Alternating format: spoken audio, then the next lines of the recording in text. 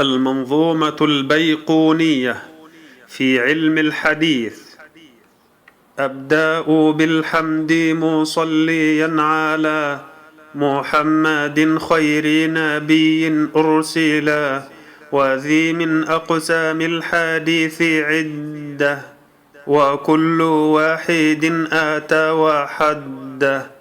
أولها الصحيح وهو ما اتصل إسناده ولم يشذ أو يعل، يرويه عدل ضابط عن مثله، معتمد في ضبطه ونقله.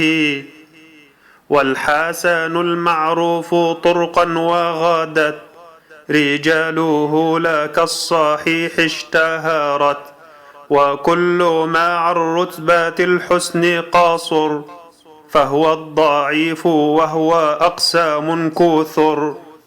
وما أضيف للنبي المرفوع وما لتابع هو المقطوع، والمسند المتصل الإسناد من راويه حتى المصطفى ولم يبن. وما بسمع كل راو يتصل إسناده للمصطفى فالمتصل مسلسل. قل ما على وصف آتى مثل أما والله أنبأني الفتى، كذاك قد حدثنيه قائما أو بعد أن حدثني تبسما. عزيز مروي اثنين أو ثلاثة، مشهور مروي فوق ما ثلاثة. معنعن كعن سعيد عن كرم، ومبهم ما فيه راو لم يسم. وكل ما قلت رجاله على وضده ذاك الذي قد نزل. وما أضفته إلى الأصحاب من قول وفعل فهو موقوف زوك، ومرسل منه الصحابي ساقط. وقل غريب ما روى راو فقط، وكل ما لم يتصل بحال إسناده منقطع الأوصال. والمعضل الساقط منه اثنان، وما أتى مدلسا نوعان.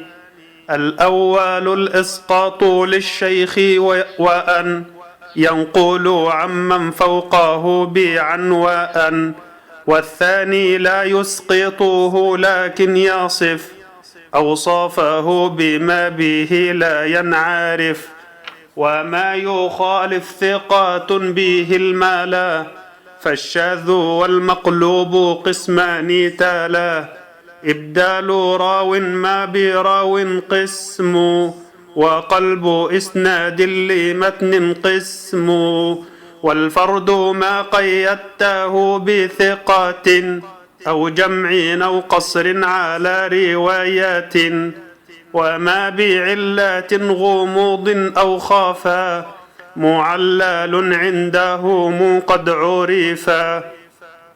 وذو اختلاف سند أو متن مضطرب عند أهيل الفن.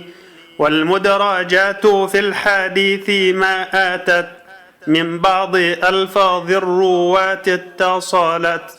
وما روى كل قرين عن آخه مدبج فاعرفه حقا وانتاخه. متافق لفظا وخطا متافق، وضده فيما ذكرنا المفترق. مؤتلف متافق الخط فقط، وضده مختلف فاخشى الغلط. والمنكر الفرد به راو غدا، تعديله لا يحمل التفردا.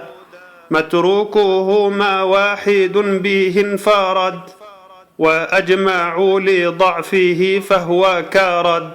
والكاذب المختلق المصنوع على النبي فذلك الموضوع. وقد آتت كالجوهر المكنون سميتها منظومة البيقوني فوق 30 ب4 آتت أبياتها تمت بخير ختمت